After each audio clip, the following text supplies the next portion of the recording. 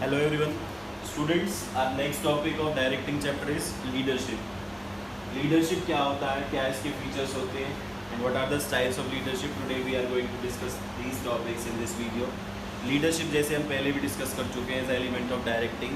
It is the process of influencing people या फिर inspiring the people or influencing their behavior to make them strive voluntarily.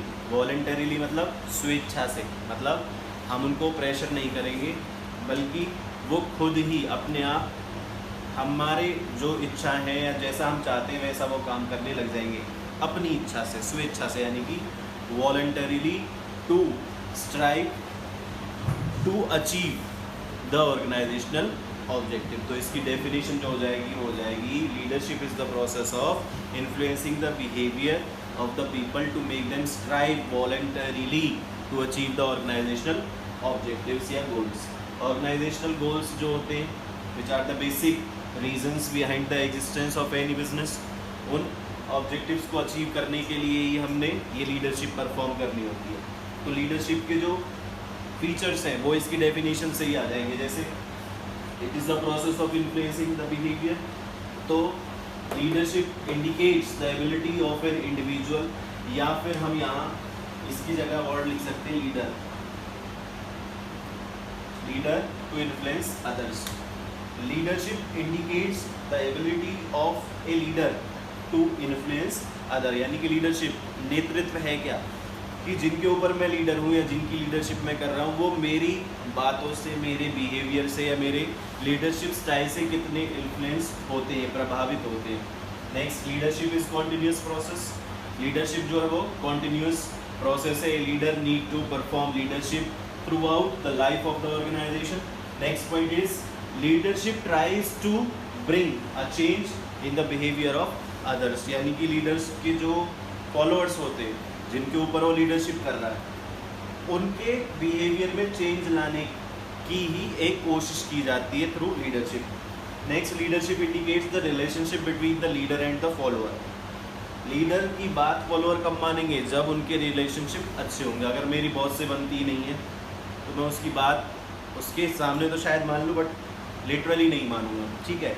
लेकिन अगर boss जो है वो सबको साथ में लेकर चलता है तो लीडरशिप एक मतलब इफेक्टिव हो जाती है। लीडरशिप, उसकी कही हुई बातें हर कोई फॉलो करता है।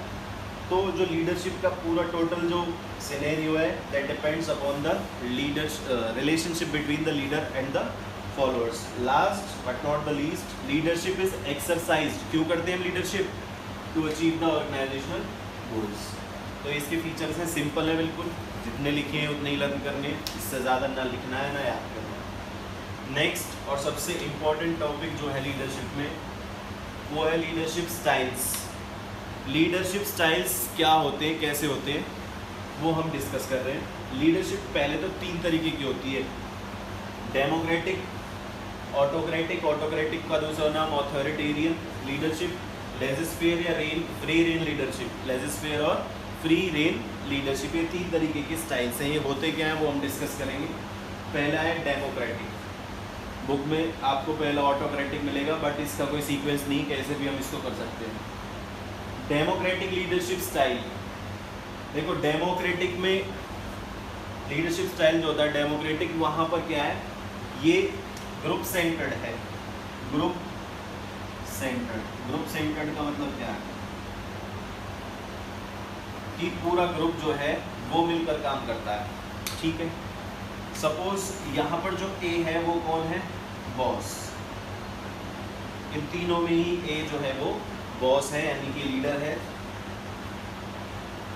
और जो बाकी के ये हैं जो ये काम कौन होंगे, फॉलोअर्स। क्लियर, ये सब फॉलोअर्स हैं।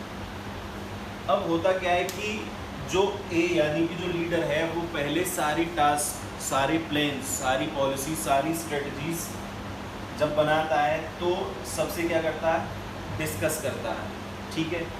यानी कि leader frame out the policies in consultation with his employees और विद हिज फॉलोअर्स। पहले कंसल्ट करते हैं कि हम ये काम करने जा रहे हैं, बताइए आप कैसे करना चाहिए, यानी कि उनके सजेशंस, उनके एडवाइस को भी ध्यान में रखा जाता है while framing the plans, while setting the targets. या एम्प्लॉय से रिलेटेड कोई भी डिसीजन जब लेना होता है तो वहाँ पर जो भी एम्प्लॉयज़ होंगे उनको क्या करते हैं, पार्टिसिपेट करते हैं किसमें, डिसीजन मेकिंग। पहला पॉइंट तो ये है। तो सारे मिलकर काम करते हैं, इसीलिए इस स्टाइल को ग्रुप सेंटर्ड भी बोला जाता है। ठीक है, ग्रुप सेंटर्ड है। यहाँ पर देखो ये जो मैंने एरो लगाया है ना, इसका मतलब क्या है, इसका मतलब है बायलैटरल कम्युनिकेशन। बायलैटरल मतलब द्वितरफा जो होती है, बायलैटरल कम्युनिकेशन। बायलैटरल का मतलब होता है जो दोनों तरफ से हो। ठीक है, यानी कि मैं अपनी बात कह भी रहा हूँ और सामने वाले की बात सुन भी रहा हूँ और उसको रिस्पॉन्ड भी कर रहा हूँ। तो ये होता है क्या, टू वे कम्युनिकेशन या बायलैटरल कम्युनिकेशन होता है यहाँ पर। ठीक है, तो इस वाले जो लीडरशिप स्टाइल होता है इसका क्या बेनिफिट क्या होता है, इसका बेनिफिट ये होता है कि एक तो सेंस ऑफ बिलोंगिंगनेस हम एस्टेब्लिश कर सकते हैं, अचीव कर सकते हैं विद आर एम्प्लॉयज़। यानी कि हमारे एम्प्लॉयज़ में भी ऐसी भावना उत्पन्न होती है कि yes we are also the part of this organisation. उन्हें भी लगता है कि हमें पूछा जाता है, our roles are also important. ठीक है, तो वो क्या होते हैं, सेटिस्फाइड होते हैं। दूसरा, टीम वर्क या हारमोनियल रिलेशंस अचीव करने में हेल्प करता है।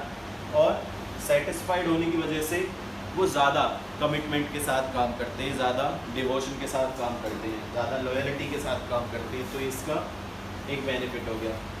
नेक्स्ट है ऑटोक्रेटिक या अथॉरिटेरियन। ठीक है, लीडरशिप जो होती है ऑटोक्रेटिक, जैसे मैंने यहाँ देखो एक ही तरफ एरो लगाया है, ये बॉस है, ये फॉलोअर्स है। ये एरो मैंने इसलिए लगाया क्योंकि यहाँ पर क्या होता है, यूनिलेटरल, एक तरफा, यूनिलेटरल कम्युनिकेशन। मतलब बॉस सिर्फ ये बताता है कि काम क्या करना है। ठीक है, किंतु परंतु उसको नहीं चाहिए। अब किंतु परंतु नहीं चाहिए तो उस चीज़ को बोलते हैं डॉगमेटिक।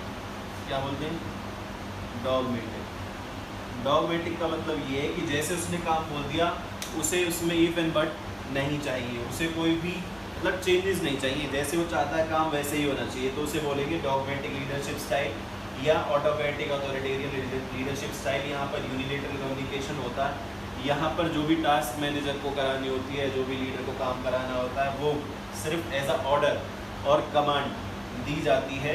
पहले से उनके साथ कोई डिस्कशन नहीं होता है, ना ही उनसे कोई कंसल्टेशन होता है। इसमें लीडर जो है वो ये चाहता है कि जो काम मैंने जब बोल दिया वो वैसे ही हो जाना चाहिए।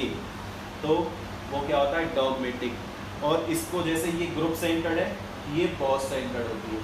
यहाँ पे तो ग्रुप मिलकर काम कर रहा था ना, सॉरी ये ग्रुप सेंटर्ड नहीं, सबऑर्डिनेट सेंटर्ड होती है। ग्रुप सेंटर्ड होती है, ठीक है। सबऑर्डिनेट क्यों, क्योंकि सबऑर्डिनेट के साथ मिलकर काम करते हैं, उनसे सजेशन लेते हैं। यहाँ पर ये क्या होती है, boss centred. Boss centred, boss centred क्यों कहा जाता है इसे, क्योंकि यहाँ पर बॉस ही है जो सारे एक्शंस लेता है।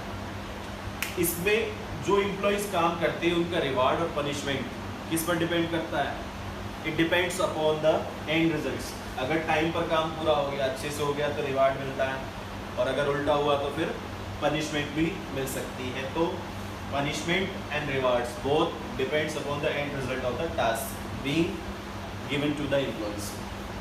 ठीक है बेटा। नेक्स्ट और लास्ट जो हमारा लीडरशिप स्टाइल है ये होता है ग्रुप सेंटर्ड।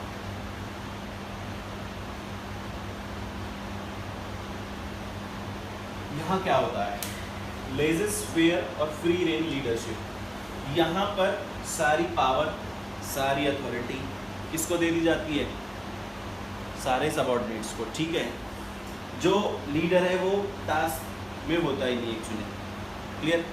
यहाँ होता क्या है कि लीडर अपने फॉलोअर्स को या एम्प्लॉयज़ को बता देता है कि भाई हमें ये काम करना है। ठीक है, हमें ये काम करना है। सपोज आपको एक दिन में 1000 यूनिट्स जो है प्रोड्यूस करनी है, कैसे करोगे तुम जानो, कहाँ से करोगे तुम जानो। यानी कि सारा जो अथॉरिटी है, ठीक है, जितनी भी उनको काम करने के लिए अथॉरिटी रिक्वायर्ड है सारी डेलीगेट कर दी जाती है लीडर के द्वारा। किसको, फॉलोअर्स को। एक्सक्यूज मी, साइंस नहीं बेटा, कॉमर्स। तो लेज़र-फेयर में जो हमारा लीडर है वो एक्चुअली इन्वॉल्व होता ही नहीं है टास्क में, सारी टास्क डेलीगेट कर देता है किसको, अपने फॉलोअर्स को। Now followers are responsible to carry out such task in the way, in the style they actually likes. जैसे वो चाहे वैसे काम कर सकते हैं, boss will generally not interfere in the workings of the subordinate unless or until it is very much required. जो बहुत ज़्यादा ज़रूरत होगी तभी बॉस जो है इंटरफेयर करता है, अदरवाइज बॉस इंटरफेयर करता ही नहीं है। ये सारे सबऑर्डिनेट्स मिलकर आपस में डिसाइड करते हैं कि how to work, what to do and who is to do it. इसमें जो हमारे बॉस है उसकी रिस्पॉन्सिबिलिटी क्या है? यहाँ बॉस की रिस्पॉन्सिबिलिटी होती है to make all the necessary information and resources available to the employee so that they can carry out the task easily और स्मूथली। यानी कि सारे रिसोर्सेज जो भी रिक्वायरमेंट है, सारी इंफॉर्मेशन जो भी रिक्वायर्ड है, ये टाइम से सप्लाई करते हैं किसको? अपने सबऑर्डिनेट्स को, ताकि सबऑर्डिनेट्स टाइम पर सारा काम कर सकें।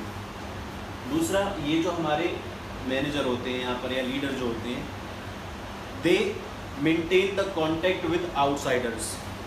यहाँ पर जो लीडर होते हैं वो आउटसाइडर्स से कॉन्टैक्ट में रहते हैं। आउटसाइडर से जो भी हमें रिसोर्सेज की ज़रूरत होती है, जो भी इंफॉर्मेशन की ज़रूरत होती है, वहाँ से लेकर इनको प्रोवाइड कर देते हैं टाइम से। ठीक है, तो ये थे हमारे तीनों लीडरशिप स्टाइल, बहुत इंपॉर्टेंट है। इसमें केस स्टडीज़ बहुत आती हैं, मेनली ज़्यादा जो आती हैं, वैसे तो सारे इक्वली इंपॉर्टेंट है, बट डेमोक्रेटिक और ऑटोक्रेटिक में बहुत सारी लीडरशिप की जो केस स्टडीज़ हैं वो आपको किताबों में मिल जाएंगी। तो आपको ये बहुत अच्छे से करना है, क्योंकि definitely there will be a question, चाहे वो 1 नंबर का ही आए, केस स्टडी में आए, डायरेक्ट आए, लीडरशिप स्टाइल से हर साल एक क्वेश्चन ज़रूर आता है।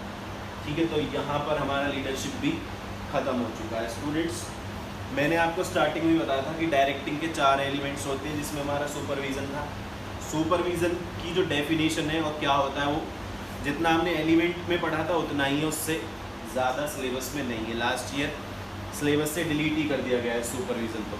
ठीक है, सिर्फ सुपरविज़न की डेफिनेशन और सुपरवाइज़र कौन होता है इतना ही हमारे सिलेबस में।